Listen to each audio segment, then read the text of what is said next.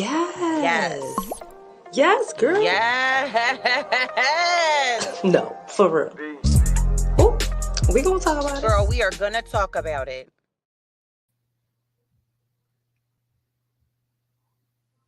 Yo, I still love our intro. That shit is so fire. It's so fucking cute. It is so cute. Like, I'm like, damn. If they knew how we did that shit, shout out to Rob, y'all. Shout out to Rob. Because Rob really be like, they be hooking us up in the background, okay? T, where you go? There you go. Am I lagging? There you go. You back. Because you went black for a second. I'm like, damn, girl, where you at? I feel like I'm lagging. You're lagging a little bit. You can turn your camera off, put it back on, turn it off, put it back on. Technical difficulties. Bear with me. I am so sorry. Here we go. Bear with us, everybody. What's up, y'all? Hey, Des. How y'all doing? My daughter keeps coming in here, guys. Yes, Autumn? Where is the French bread pizza thing? It's inside of the freezer, Autumn. I'm on my podcast. Bye, Autumn. What's up, y'all? It's Janan, aka You Don't Know That with the SheNANigan's, and T with all the tea. We're having some technical difficulties right now, so just bear with us. What's up, y'all? What is up? What is up? What is up? There you go, girl. We just gonna thug it out. It is, listen, before we begin, y'all, Mercury about to be in Gatorade. And Mercury retrograde literally starts December 13th. So please make sure you dot all your I's and cross your T's because shit is about to hit the fan with communication, technology, yada, yada, yada. We make do with what we have, okay? And before we start, and as T is figuring out what's going on her end, we want to apologize for missing last week. Last week, both of us really had signs of pneumonia. I know that T was really sick. I was really sick. I'm still trying to recover. There you go, T. Come on back on, girl. Come on back. Come on back, T. There we go. I'm still lagging, though. You all right. We going to rock with it. I was just telling the audience that we were both sick last week and we apologize for not being here because we were about to die. Yeah, okay. It was pretty bad. Thank you guys. And we apologize for not letting you guys know, but we were just no buenito. I could not. I was literally sick from that with our last episode. I'll tell you the whole shebang. So yeah, Wednesday, right before Thanksgiving, I felt like I had a stomach bug. And I'm like, all right, I'm about to thug it out. Thursday, I cooked all day, got sick, laid down, didn't really eat. Friday, I was sick, but I was running around for my reunion. Saturday, I thugged that shit out because I was ripping and running. I couldn't feel the shit I was feeling. Reunion was a fucking vibe. I should have sent y'all pictures. That shit was lit. Shout out to 267, the 267 graduating class of Central High School, guys. But we'll get there later. Sunday, I was sick as a dog because I drank so much. See, I drank so much that I don't remember how I got home. Not safe. That's not safe. I don't drive. So thank God. Jesus and Allah were on my side. Because baby, I don't even know how I walked down the street. That shit was crazy. And then I was literally sick until Monday. So for me, it started like head stuff Thursday. Mm-hmm. Nausea and stuff like Saturday a little. Sunday hit me like oh, it's terrible. It was so bad that my toe hair follicles hurt. You feel what I'm saying? What? Like I felt like you had your toe hair follicles. Yeah, it had to be COVID motherfucking 24 because shit was terrible. I couldn't breathe. I needed to get a nebulizer treatment and a inhaler, steroids. All types of stuff. It was hard. I still got a call. That's crazy. Yeah. Anyway, glad that we are both better, Lord. Girl. And one thing I will say, just take care of yourselves, guys. It's a crazy. I was just gonna say that. Protection that protects your body, protects your spirit. Besides all of it. Being retrograde, the weather is literally going up and down. Today was 40. Tomorrow going to be 50 something. Friday going to be 61. Please make sure you feel okay. We were literally just talking off screen, just saying like, listen, This is the season where our bones won't start hurting. Yes. No matter how old you are. So please, please, please just protect yourself. But speaking of protecting yourself, I don't know if y'all been paying attention, right? No. They've been paying attention. I'm quite sure everybody in the world has been paying attention to the madness and mayhem that, thank you, Des, to the mayhem that has been going on for the last, I would say 2-3 weeks, right? Yes. We are going to entitle this episode as The Demise of Diddy. Sean Puffy Combs. Sean Diddy Combs. Brotherly Papa Love. Diddy. Sean Combs. I would call him Petty Diddy, okay, and not Petty like Petty. The Diddler. The Diddler is what I'm calling him. Yes. And there have been so many allegations just pouring out in the last 3 weeks, and he just needs not to give him power, but we need to shed light on what power does and how it really impacts how people view you, number one. And number two, it can overshadow every bad thing that you done. It blinds people. Fame and all that shit blinds people entirely, because the reality is we've been knowing about Diddy and his foolery for at least 20 years. Little Dick Diddy. Ew, I don't even want to know. I don't even want to look. That nigga, I never thought it was cute. This shit makes it worse.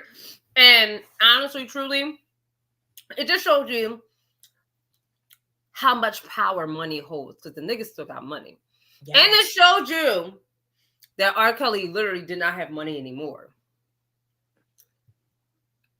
Speaking of R. Kelly, give me show that first clip, y'all. Check this shit out, because there's so many similarities. And it's the truth, and it's not funny. And it's not funny, but it's fucking funny. It's not funny, but it's fucking hilarious. And I only say it's hilarious, y'all, because for so many reasons. For me, it's just like, it's funny how the tables turn. And then on top of that, it's also just like the chickens are coming home to roost. The chickens are coming home to roost. And now that they are roosting, they are motherfucking roosting. So let's really just take a look at the demise of Diddy. What's going on? When did this start? Because as you know, things like this don't just come out. He knew this shit was about to be released, right? So when did it start? When do you think it started, T? I mean, I remember hearing stuff when Usher first came out. And we got to keep in mind, Usher came out and we were young bulls. Like me personally, I mean, he was even, you guys are even younger, but I was 3 or 4 when he came out. Right, that part. And I was 13. Wow. So, you know, of course, when you're 13 and you're seeing Usher and he's with Diddy and he's with Bad Boy and he's going here and he's doing there, and it looks like he has this extravagant lifestyle. Right. So young, right? So young, you're like, oh my God, I wish I was Usher going here and this, that, and the third. But now as things are coming to light, now that Usher's an adult and maybe everything, like I said, everything is coming to light because Usher mentions it without mentioning it in an interview from years ago. Was it the interview on VH1's Behind the Music? No, it was that one. Or was it another one? Yeah, we have the clip. Let's play the clip. Let's play the clip. Yeah. Moved to New York City, and I lived with Sean Puffy Combs for a year. That's the crazy thing. Now, that was L.A. Reid's idea, right? We're sending you over to something called Puffy Flavor Camp. There you go. To learn Flavor Camp. Yeah, Flavor that's Camp. what it was called. And you're going to go to Puff Daddy's. He's going in the 90s. Do you understand what that's like? Puffy's place was like just filled with chicks and orgying like nonstop, right? No, not really. I mean, but hey, it was curious. I got a chance to see some things. Yeah, but you were 13. What were you seeing? I went there to see the lifestyle. Right. And I saw it. And it was but I don't know if I could indulge and understand what I was even looking at. It was pretty wild. I have so many questions. Now, first of all, the parent in me is like, I don't give a shitty McTitty how much money you're offering my child. You're not, my son nor daughter is going anywhere with any grown adult, let alone man, without me, and that is on period. Say that shit again, because I don't understand for the life of me. Like, now, this was a different time, right? We're talking about the 90s. Right. Unlimited wealth, exactly. I agree. But here's my thing. One thing about Usher Raymond, what is it, the fourth? I think it's Usher Raymond the fourth. One thing about his mother from Chattanooga, Tennessee, she did not play. Right. So for her to, this was right after the Star Search days when he was discovered on Star Search, and then he ventured off into like the world. I remember his first album. I remember the second album. What's the first album? Think of You on there. I don't remember the like timeline since I was so young, but to have a 13, 14, 15-year-old, he said a little more on his Behind the Music. And I do remember that when he was just talking about, his mother was even talking about the lifestyle was just too wild. And then he had the audacity to not just pull him, but drop him, I believe. And then they reconnected as he got older. Jermaine Dupri was the saving grace for him. One thing I could say about Jermaine Dupri, when he had young artists, it was like they were still kids. Right. Brat was still and a treated kid. them like Cross such. was still a kid. Bow Wow was still a kid. A lot of these, one thing that I've noticed with Diddy, he has done a lot of grooming. And it was the time, because we can go on the list of artists that groomed young artists and their potential partners, et cetera, et cetera. But when it comes to Diddy, it's just been so many things. I remember this one clip was talking about the 90s. It was Cameron, and he was on what's that show? The Breakfast Club. He was on the Breakfast Club, literally talking about how Mace brought him to Diddy's house. It was in the early 90s when Mace first got signed. So this might be around the same time. Or maybe a little after when Bad Boy was officially created, because this was still Uptown Records, Andre Harrell, L.A. Reid, all of those, stuff like that.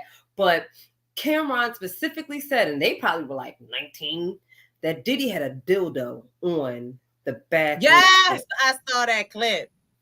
And asked Mace, yo, what's up with Bull? Basically. And he was like, that's just what he's into. I say all that to say, as an adult woman at this age, if I see a man having a dildo or peg anything anywhere and that's not what I'm into, I'm leaving. Why you got that shit out? Even if I was into it, I never told you I was. It's discomforting, especially in a business ordeal. Let's think about a 13-year-old seeing a wild lifestyle. We see Diddy's behavior now.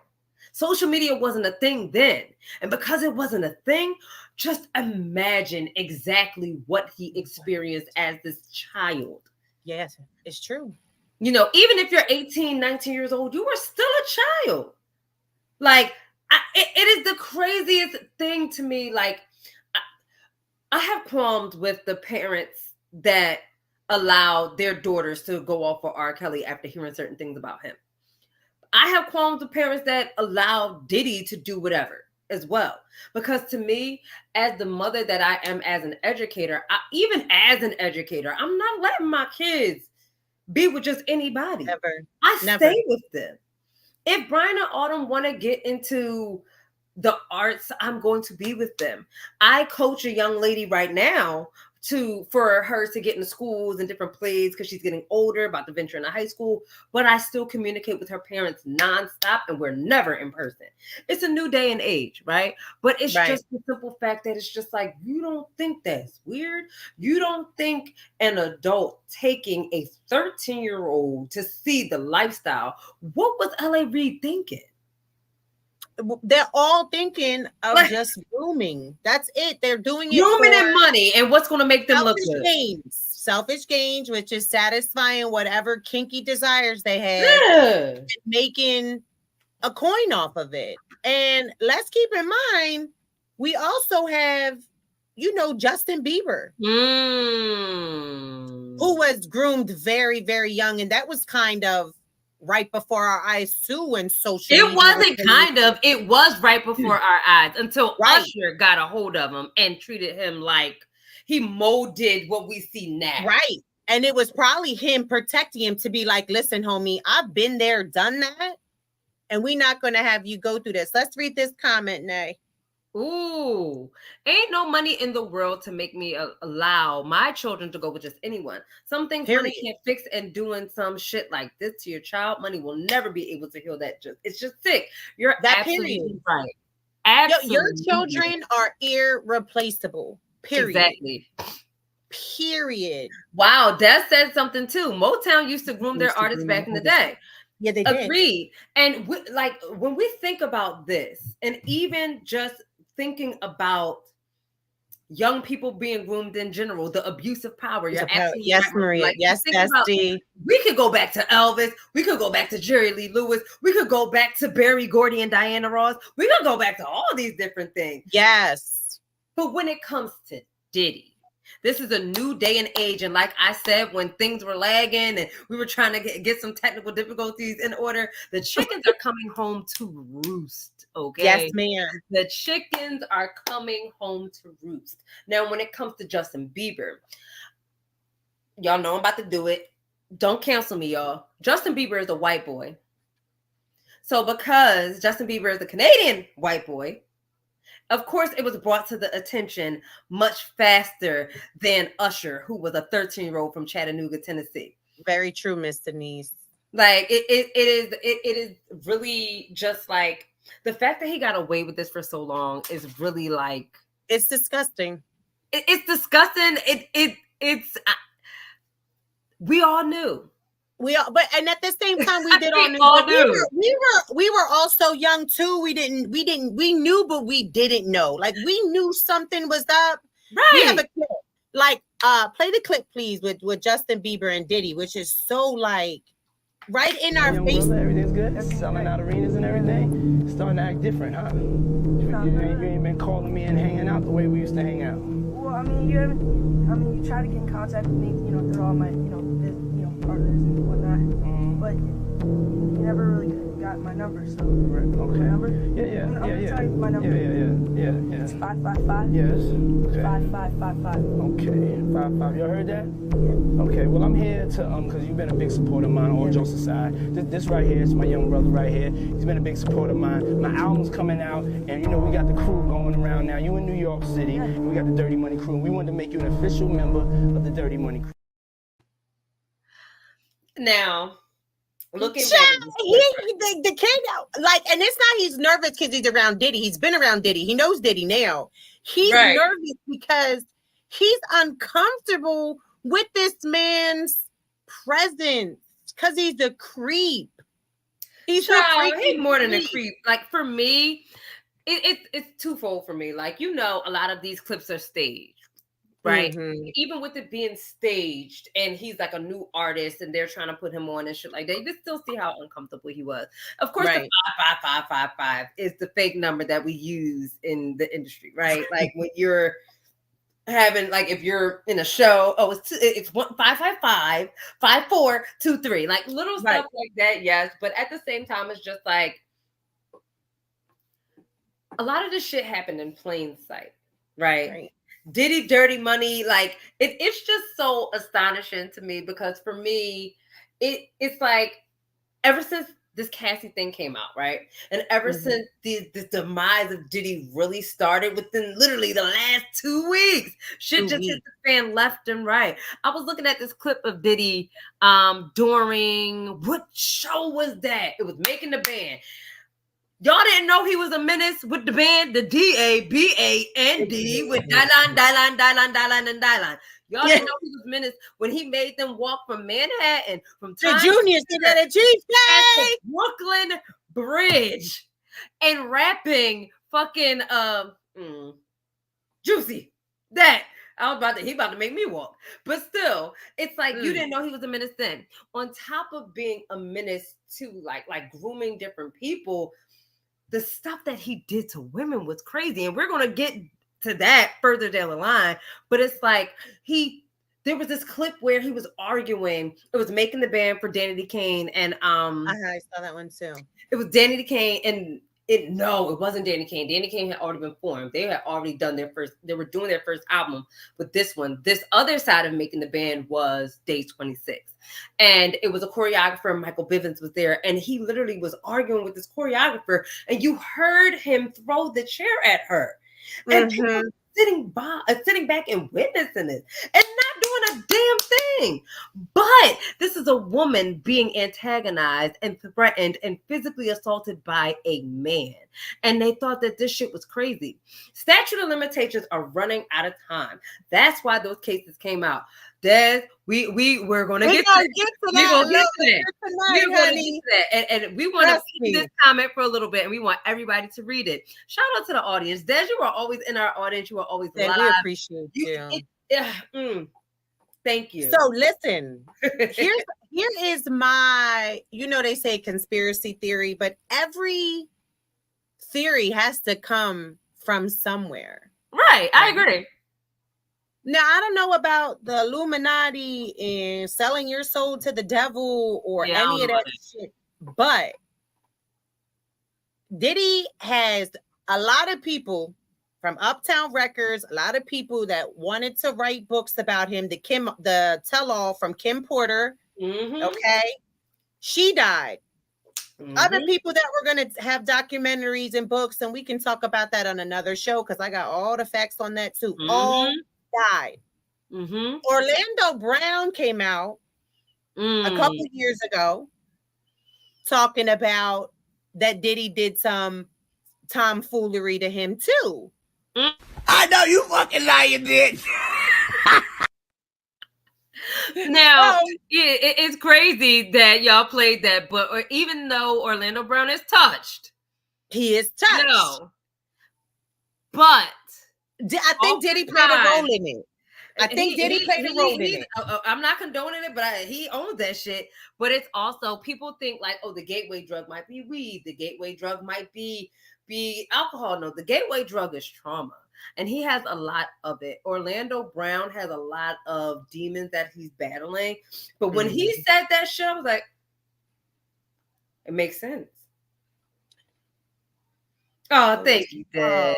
Appreciate you, Dad. Appreciate that. Yeah, so I was saying that stuff about Diddy to go into like, he did some foolery happened with Orlando Brown because he was ready to spill the beans on people that he was molested by in the industry, not just Diddy. Do we got a clip of that? We need to see that. But we do have a clip of Orlando Brown talking about Diddy giving him some sloppy. Oh, let's see it. Let's see it. Like, come on the cap. Wrong time. I mean, yo, Diddy, you gave me the ooshkash goosmash. You gave me the ooshkash muaf, the smooshmash. Diddy. Yeah, son. I mean, you gave me the. And he did it because that was Diddy's joint back in the 90s, early 2000s. His little thing, his little Diddy bop and everything. Can we play that clip one more time? I'm sorry. I mean, yo, Diddy, you gave me the ooshkash goosmash. You gave me the ooshkash muaf, the smooshmash. Diddy. Yeah, son. I mean, you gave me the. He gave him that Diddy. This is bullshit. Take that. Oh my God. That is what he was probably telling him too. I'm sorry. It's y'all, this shit is not funny. But as Black and brown people, we literally like we gotta laugh to keep from crying, and we laugh in uncomfortable situations, right? Fair this enough. is very discomforting because like people really idolize. And we idolize as people, celebrities, forgetting that they're human with a lot of fucked up human flaws, right? And the things that he's done, the stories that we've heard, the people that he's groomed, we haven't even, call me crazy. Let's get to this comment, y'all. Call me crazy, but I think he plays dumber than he is because he talked too much. And, well, you just named the dead people. Yes, Maya. Fair enough. That is my daughter. Shout out to my kiddo. It's true. I think that They make them sound like they're going crazy, but there's some truth to their crazy. Okay, so thinking of that, right? Jaguar Wright. Oh, I'm obsessed with her.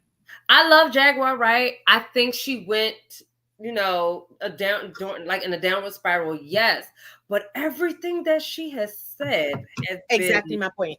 Confirmed to be true. For and example, she's been saying it for years, right? She's been saying this shit about years him ago, maybe since 2011. Yeah, that's what I'm saying. I've TV interviews with her.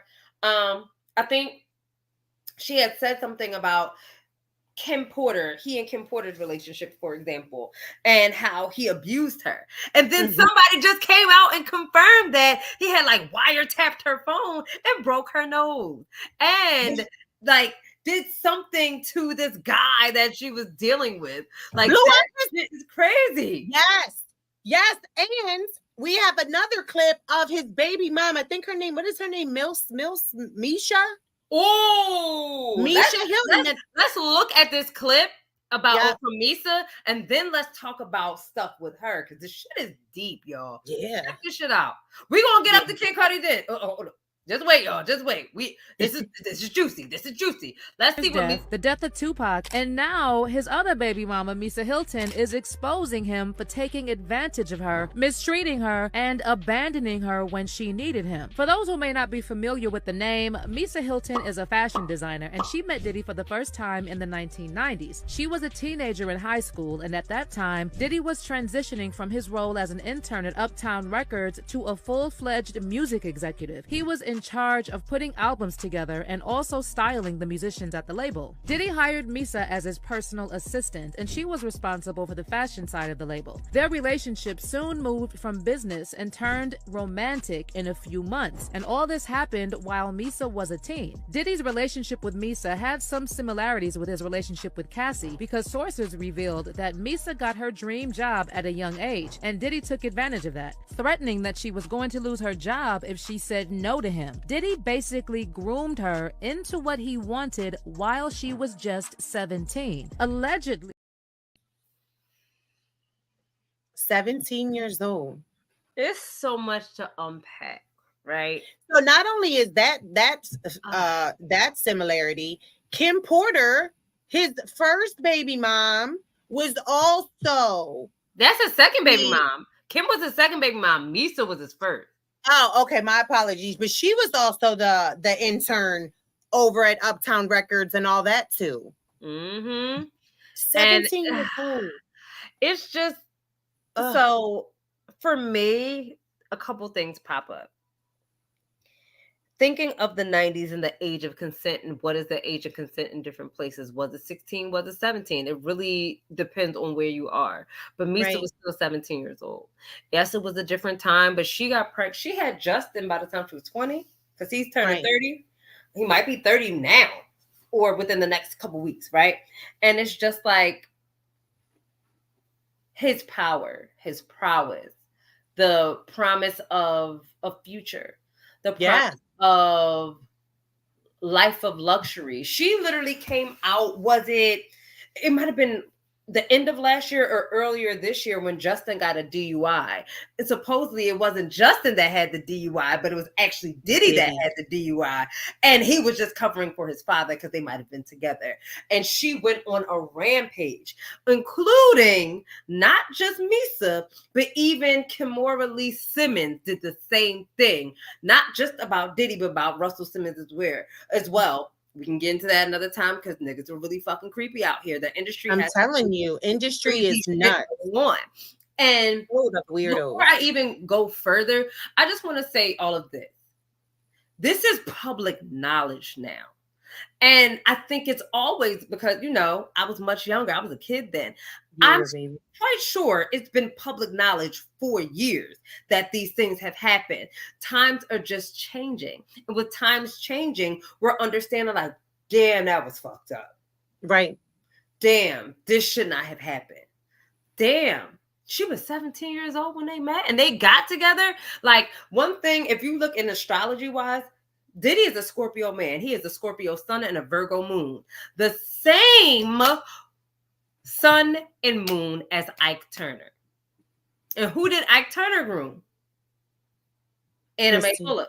Yes, ma'am. You know, we could talk about similarities. We could talk about all that shit, but all in all, he has had very predatory behavior from the very beginning. And predatory behavior doesn't just mean that you are grooming young people like kids. It also means that you are a predator and have abusive behavior and tendencies. Like what we all have seen, what started this was the ordeal with Cassie. Now, before I even talk about Cassie, though, I want to differentiate two things. There is a significant difference between civil court and criminal court, guys. I'm going to tell it you guys again. There's a big difference between civil court and criminal court. It's called the internet. That bitch never died. You're absolutely right, Des. It never dies. Whatever you put out there on an algorithm is always going to be there, even if you delete it. Shit is fucking crafty now. AI and everything. It's going to be like, oh, you deleted this on February 2nd. Right. You know, but before we get into that, let's touch on this clip because I wanted to like really hone in on like how Diddy is just so arrogantly scum in our face with this shit. For instance, and we have the clip. Just last year, he gave an acceptance speech for an award he won, naming 2 of his victims in his acceptance speech. So let's hear this clip, y'all. Child, that is a menace. That is a menace. He's a nut. Let's see. Hey, y'all, I'm gonna keep it 100 with y'all. I was in a dark place a few years, you know what I'm saying? And I have to give a special thank you, shout out, thank you, all that love. I gotta give a special thank you to the people that was really like there for me. Bishop T.D. Jakes, my chief of staff, Christina Coram, KK, Lorianne Gibson, keeping me free. Yeah, and also Cassie for holding me down in the dark times. Love. Just a pig. He's just a pig. He knew what he was doing when he mentioned those people. And the bishop, that's the whole show for a whole nother time because you need to understand how a pastor and a man that serves the Lord is even attending any of Diddy's parties ever at all. But that's a story for a whole nother time. So, okay, my hand is raised. Yes, ma'am. As someone that is a domestic violence victim, and my cat is going to die soon if she keeps playing. I'm not an abuser of animals, but she's like doing crazy things over here. As someone that is an abuse survivor, oftentimes they are people of power. People always think that it's always going to be somebody that looks mean, that appears mean, that's nasty. No, there are people that are on the pulpit. There are people that are giving these motivational speeches. There are people that are giving the TED Talks. These are the people that are the predators because most of them have the power, right? Now, a couple of things that Diddy did in this speech, mentioning T.D. Jakes before he even mentioned that he was in a dark space, right? Because everybody loves Bishop T.D. Jakes and his daughter. I love them too. But they admit their darkness. They don't hide it. That's one thing you can say about, especially his daughter being 13, having a baby. And now you see what she's doing, right? And she's uplifting people. But this is they use shit like that because people just chew that shit up. And then being real ambiguous about, I was in a dark place. Shout out to Cassie. Love. Yeah, well, not even that. He mentioned Lorianne. Remember, you had mentioned her earlier, and you were talking. That's the way he threw the chair in. We have a clip of it, and so what happened was when he's saying keeping me free. After we watched this clip that night, she went and filed a police report that is magically missing now from the NYPD about this incident on this night. This incident on this night, and it was a clip of it from Making the Bed. Let's watch it, y'all. Let's watch it. Get her in. Okay, but then I told you give me another choreographer because right now You want me to make a cut? I can't make a cut on guys learning a routine in one day. I didn't really know it was today. I wouldn't have been able to learn all that in one day. Yes, you would have. Baby girl, that ain't what I said to do with my show, though, man.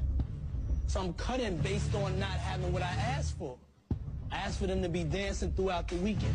If she can't do it, give me another choreographer. That's it. Can I interject? There ain't no interjecting. It's only one. It's only one person's show. It ain't no interjecting. I don't have a problem like that. But No. I'm not. Baby girl, I'm not taking no interjection. No, if you want to go, I'm not taking no interjection.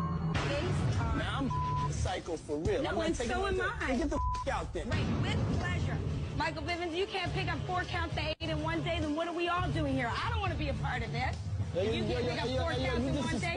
No, you disrespectful. Get me. Turn the cameras off. You disrespectful. You and your corner.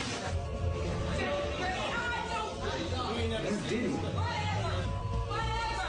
You don't scare me. It's crazy, man. You're supposed to have respect, bro. I'm saying you're supposed to be a... It was that night she went and she filed a police report against him. Mm-hmm. They supposedly did an investigation and now there's no record of it. And the fact that he, like, as an arrogant asshole. Gonna mentions her. Lorianne for keeping me free. Mm-hmm.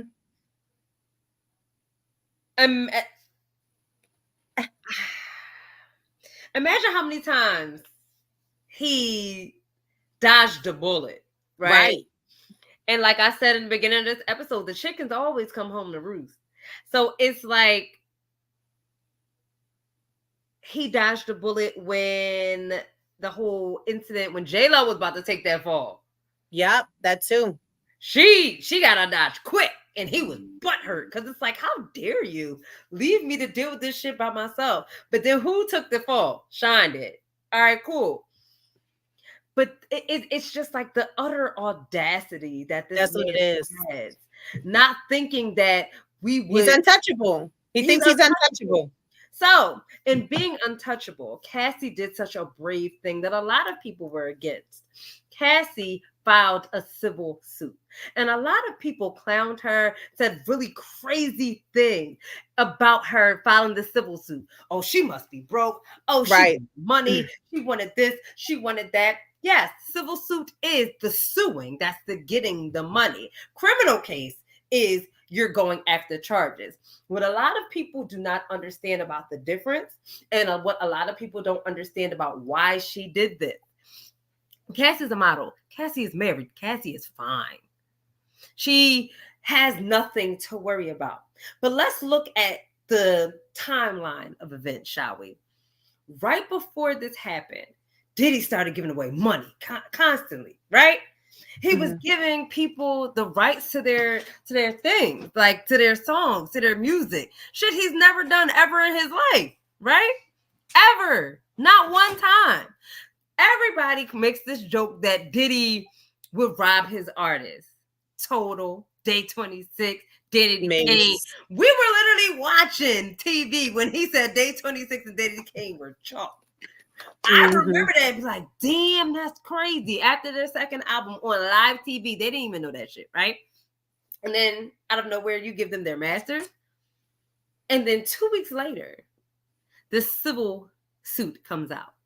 And everybody's just saying, especially men, specifically black men, are saying that he's after his money, yada, yada, yada. Not understanding that more than likely, 9 times out of 10, I'll give you 11 times out of 10, Diddy knew this shit was coming. And in knowing that this shit was coming, he had to make himself look good.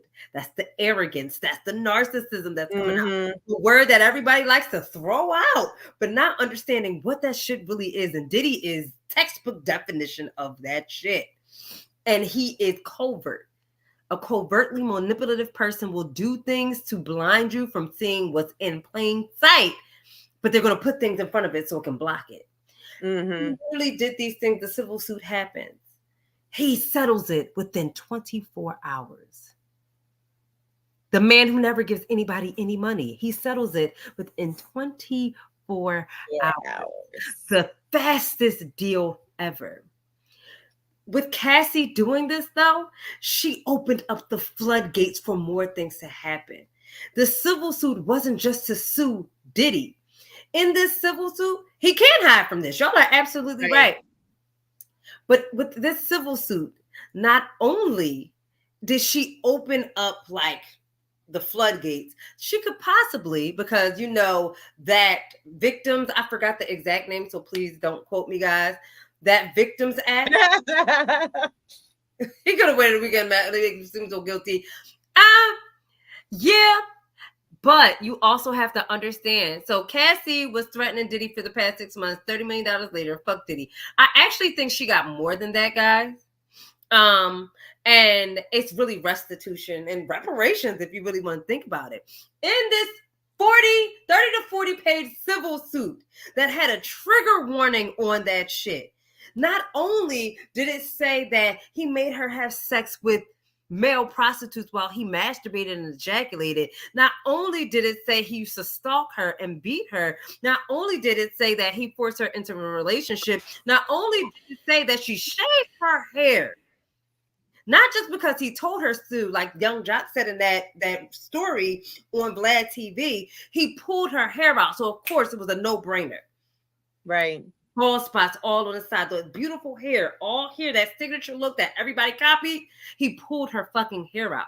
Not only did he blow up Kid Cudi's car, and Kid Cudi confirmed it because they were dealing with each other for a while. Because a lot of people don't realize that even though they might have been dealing with each other, they weren't really in a relationship at that time. It progressed over the years because he forced her in it. Not only did it say that, it also said that this man made her get breast implants. Oh, I didn't know that. He made her get breast implants and get them out the next day because he didn't like how it looked. Which is absolutely deadly to women. Right. You motherfucking right. You lucky I ain't kill you. You lucky I ain't get you got. But it's Diddy, right? So on top of all of that stuff, the floodgates open. No one deserves what he did to her. Y'all are absolutely right about that. But not just that shit, y'all. In suing him, she sues every company that he owns. You notice he dropped from Revolt TV as a chair. He stepped down. He got he was supposedly like the chair at a university or a school. Demoted him from that. They want no affiliation with that. Things are just happening back to back to back to back to back. Now the gates are opening and more accusations are coming in. More people are speaking up saying that he did this, that, and the third to them. More people are saying, oh yeah, he raped me in 1991 when I was 17 years old. More people are coming saying he gang raped me with Aaron Hall. And Aaron Hall even said on Vlad TV that they did wild shit together. Aaron Hall's Aaron Hall. Right. We all know that shit. He would tell the Pied Piper that he stole a peppermint patty from his great grandma's purse in 1962. Like, that's just Aaron Hall, right? But not only are those things happening, people are also saying, the latest one came out yesterday, saying that she was 17 years old in 2003. And he posted that, oh, these allegations are false. And the bitch posted a picture. Sounds close enough to air it all out to me. And I agree, Maya, because it's air it all out. And now that the spotlight is on him, he can't retaliate. Now that people know how he moves, he can't move the way he used to. He can't blow up a car. He can't get somebody off the cliff. Sure Nobody can die face first and then say they have pneumonia. Nobody can do that anymore. The spotlight is on him. And like I keep saying, the motherfucking chickens are coming home to roost, cockle, doodle, fucking. Right, and right away comes tonight, honey. Right, Dutch? I love this song. Because justice is justice no matter how long it fucking takes to happen. Right. And I need people to understand that. This isn't about money. Fuck his money. I would get his money too if he did something to me. But this is about what's right. And he has it. Get away with shit. He has the fucking 33 whatever $million. So not only did she sue him civilly and collect that lump sum and that settlement, as you said, I mean, I think we have a Twitter clip how it kind of breaks down into not only did she get that settlement, but there we go. Yeah, so Cassie didn't just sue Diddy, she sued him and every corporation he owned and served as an officer or director. So she tapped into commercial and officer director liability, which are usually $1 million each, and Diddy can't refuse to settle. It's on the insurance to decide. Ooh.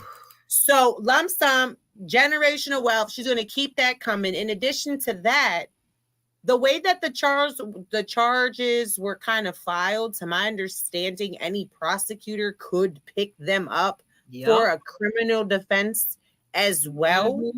So depending on that, how that works, like the least of Diddy's money is draining his piggy bank. It's draining his piggy bank. Hopefully he's going to shack up with Robert Kelly and they can appease one another, because they're going to be a bunch of broke. Did they have that song? He don't understand you like I do, so give it to me. That's my shit. I ain't gonna hold you. I'm so sorry, y'all, because I don't even listen to Robert Sylvester anymore. That shit was about. But one thing, it's just like, damn. Karma's hitting his ass hard, like somebody said in the comments. But it's not just karma. Like, one thing I say about karma is if I step on your foot by accident and I don't know you from a can of paint, karma not gonna hit me. Karma is when I do something intentionally. No, Dick Diddy is fucked. You're sick. Yes, but he is. We can't deny R. Kelly got baby. That's another. And Bad Boys. Listen, I grew up. That was my era. You couldn't tell me in the middle of the day now, baby. Okay. I need to think of you. No. Yeah, listen. Bob. Can't you see? Did he came out with what the Bob? Huh? Bad boy, come out and play. Niggas is mad I get more butt than ashtrays. Pause. Yeah. Y'all some kinky niggas. If they was fucking each other. This is bullshit. Nah, Biggie wasn't doing none of that weird shit. If these things prove to be true, damn. This is exactly what he gets. I don't know if we have this clip, y'all, or this Twitter post. Diddy got love tatted on, like it's the goddess of love, Haitian goddess of love. I don't quote me. I forgot her exact name, but people don't understand that she is the protector of women and children, and he got that shit on his back. He is going to get everything that she feels right now. And it's a woman, and I love it. And I love it. It's like, watch what you do for real. Watch the energy that you put out there. We can go on and on and on and on and on about Diddy, because of course we're going to see more as time goes along, right? And I can't wait to see what unfolds. I really hope that Carisha, please, gets away from him. And if she doesn't, it says a lot about her. For real. Listen, I think that's all a scam too. I think that Carisha or Young Miami, she's only weird with him for some court. There it is. There it is. Is that real? It is real. That's real. And with a child next to him, child, boo. Take that shit off.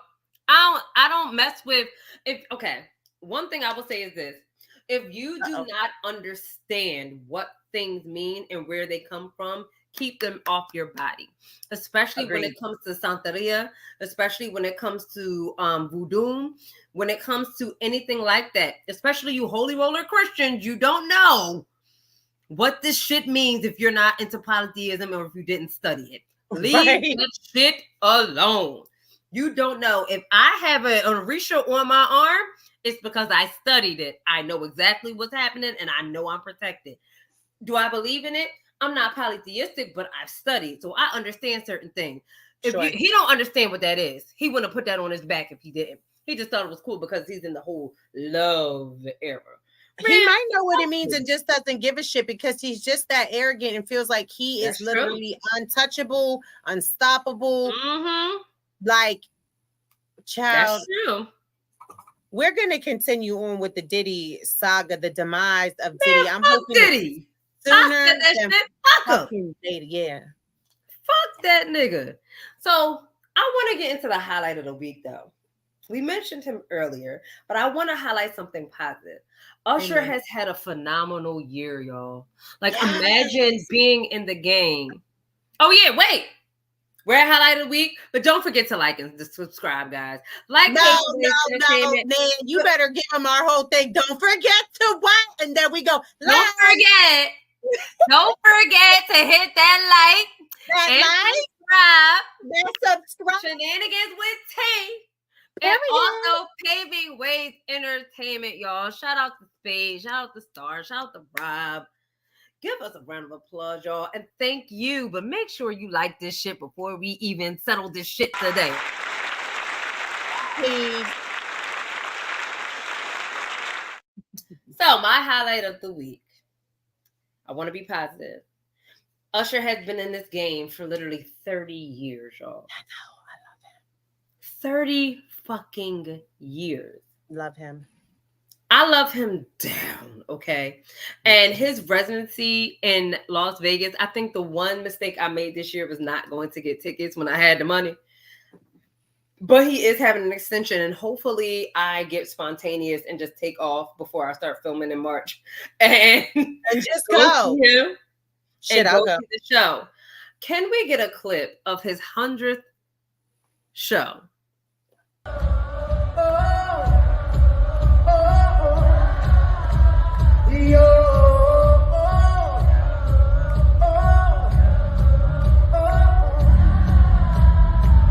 God bless you. I love you. So what the clip did not show was he was super emotional. Yeah, he was hysterical. I loved it. And it was a beautiful moment to see with a Black man being vulnerable because y'all don't understand. Residencies in Las Vegas is a huge deal. That means you are acting like you passed the peak of your career. You are it now. You're at legendary status. So if Celine Dion, Janet Jackson, Beyonce, Michael Jackson, whomever it is, gets on that stage, they've reached iconic status. Right. He's had 100 sold out shows of his residency. 100 sold out shows. That has been unheard of for a Black artist. The last artist to do that was Black was Sammy Davis Jr. Fun fact, I didn't know that. Sammy Davis Jr. was the last Black artist to sell out his shows consistently. Usher has sold out 100 shows.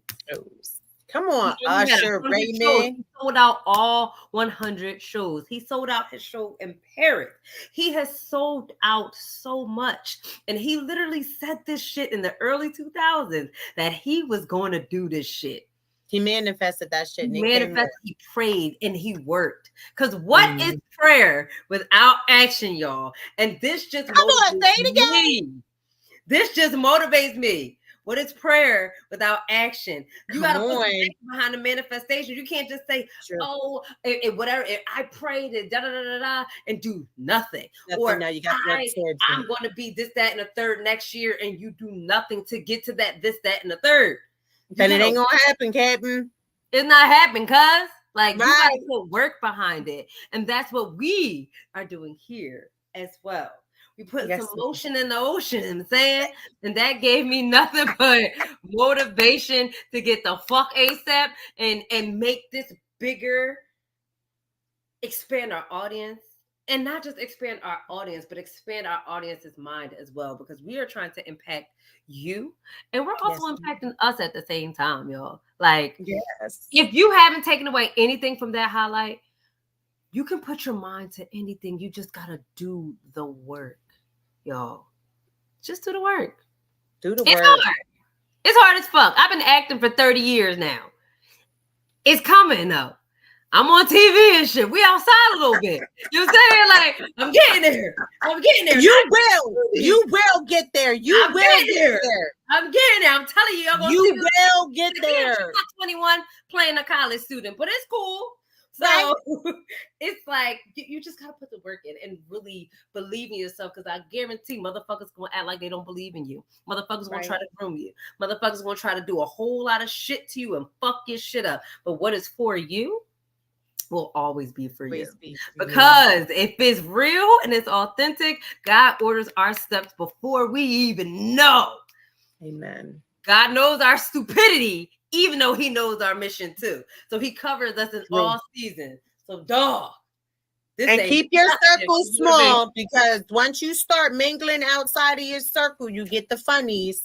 Mm-hmm. So protect your space. Mm-hmm. Work for your goals, write them down, manifest on them, and pour into yourself. You look in the mirror every morning and be like, you know what? I wasn't feeling good all last week. I look like shit, but I'm going to feel good. I'm going to tackle this day. Mm-hmm. I'm going to tell someone they look nice. I'm going to open the door for somebody. Mm-hmm. Just be kind. Mm-hmm. Holy shit. It is not hard to be nice. Sure. Also, mind your fucking business sometimes, because everything is not for everybody. Child. And just protect your space. Protect your neck, y'all. Like, everybody doesn't belong, not just in your business, but at your table. Amen. And that's okay. And we're not trying to preach to y'all. Yes, we make plans. God gonna what you doing, sis? Because I got a bigger plan for you. And like sometimes doors close because bigger ones are about to open. That part is true. Behind us. And it's just like, damn, I didn't know that shit was right there. Let me check out what's on this corner. All right, God, I see you. And on Nip and on Crip, everybody can't go. Period. And sometimes we gotta understand, like that says, you gotta remove your squares from your circle. It's true.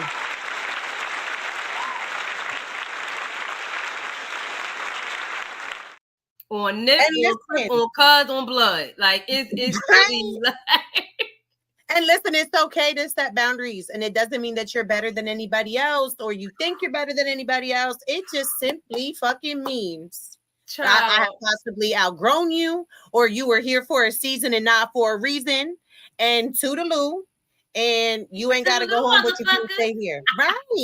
Thank you for coming out. God bless you and good night, baby. Or fuck you, like I be saying. Protect your bubble. Listen, we want to thank y'all for coming. We appreciate you. Y'all be here every Wednesday, even when we not here and we sick as shit. So once again, I am Nan, aka You Don't Know Nan with the SheNANigan's. And I'm Miss T Michelle with all the tea. Thank you for watching. Don't forget to like and subscribe, y'all. Subscribe and share. We're going to see y'all next Wednesday, same time. Bye. Good night.